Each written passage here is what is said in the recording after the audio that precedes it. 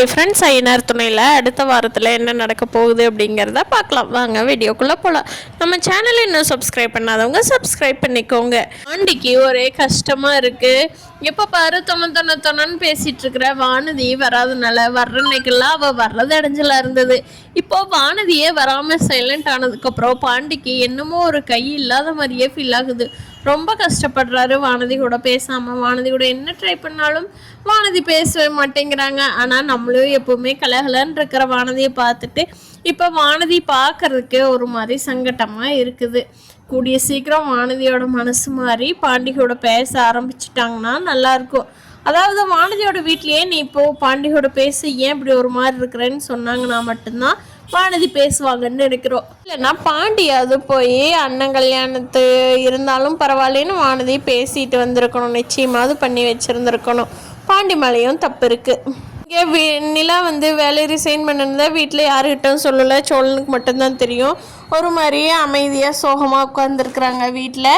அப்போது சோழனோட அப்பா என்னம்மா இன்னைக்கு வேலைக்கு போகலையா, வீட்டில் இருக்கிற எல்லாரும் பிஸியாக இருப்பிய, கம்ப்யூட்டரை வச்சு தட்டிக்கிட்டு இன்றைக்கி என்ன ஒன்றைங்க ஆனா அப்படின்னு கேட்குறாரு. அது ஒன்றும் இல்லை, இவனோட நடவடிக்கை சரியில்லை, ராகவோட நடவடிக்கை, அதனால் அந்த வேலையை விட்டுட்டு கம்முன்னு இருந்துக்கலான்ட்டு இருந்துக்கிட்டேன் அப்படிங்கிறாங்க. ஓ, அப்போ நீ வேலைக்கு போகலையாம்மா, நீ வீட்டில் தான் இருக்கிறியா அப்படிங்கிறாரு. இல்லை வேலை தேடிக்கிட்டு இருக்கிறேன், கிடைக்க மாட்டேங்குது. இவ்வளோ நாள் வேலைக்கு சேராமல் என்ன பண்ணீங்க அப்படின்னு சொல்லி எல்லா கம்பெனிலையும் கேட்குறாங்க. என்னோடய ஃப்ரெண்ட்ஸ் எல்லாம் சேர்ந்து ஒரு ஸ்டார்ட் அப் கம்பெனி வைக்கலான்னு நினச்சாங்க. ஆனால் அதுக்கும் அமௌண்ட்டு இன்ஷியலாகவே 5 லட்சம் வேணுங்கிறாங்க. அதனால தான் யோசிச்சுட்டு நான் அது வேண்டான்னு முடிவு பண்ணிகிட்ருக்கிறேன் அப்படிங்கிறாங்க. ஏம்மா, உனக்கு அந்த கம்பெனியில் சேர்ந்தால் உனக்கு நல்ல திறமை இருக்குதுல்ல, நீ பண்ணலாம்ல அப்படிங்கிறாரு. திறமை இருக்குது அங்கிள், ஆனால் பணம் கட்டணும்ல அப்படிங்கிறாங்க. ஓ அப்படியாம்மா, எவ்வளோம்மா வேணும் அப்படிங்கிறாரு. அது எப்படியும் ஒரு 20 லட்சம் வேணுங்க அங்கிள், இப்போ ஒரு ஸ்டார்டிங்கில் ஒரு 5 லட்சம் கொடுக்கணும் அப்படிங்கிறாங்க. அப்படியாம்மா, சரிம்மா, நான் எதாவது கிடைக்குமான்னு பார்க்குறேன் அப்படிங்கிறாங்க.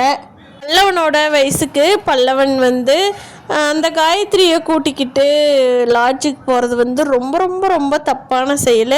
அவனுக்கு அது தெரிய மாட்டேங்குதா, இல்லை சும்மா பேசிகிட்டு இருக்கலான்னு தானே போகிறோம், இதில் என்ன தப்பு அப்படின்னு நினச்சி போயிட்டா லாட்ஜுக்கு.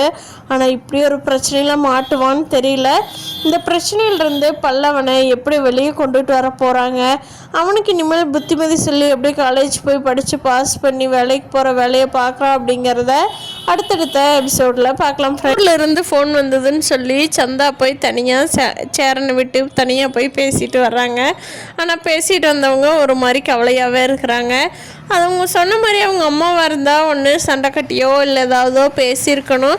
சந்தா எந்த ரியாக்ஷனுமே அவங்க காட்டுற மாதிரி தெரியல. பார்க்கலாம் ஃப்ரெண்ட்ஸு. சந்தாவுக்கும் சோழனுக்கும் ஏதாவது இடையில பிரச்சனை ஆகுமா, சந்தா அங்கேயே ஏதாவது ஒரு பையனை பார்த்து கல்யாணம் பண்ணிக்குவாங்களா என்னங்கிறத வரப்போகிற நாட்களில் பார்க்கலாம் ஃப்ரெண்ட்ஸ். இந்த வீடியோ பிடிச்சிருந்தால் லைக் பண்ணிக்கோங்க. நீங்கள் என்ன நினைக்கிறீங்கன்னு கீழே கமெண்ட் பண்ணுங்கள். தேங்க்யூ.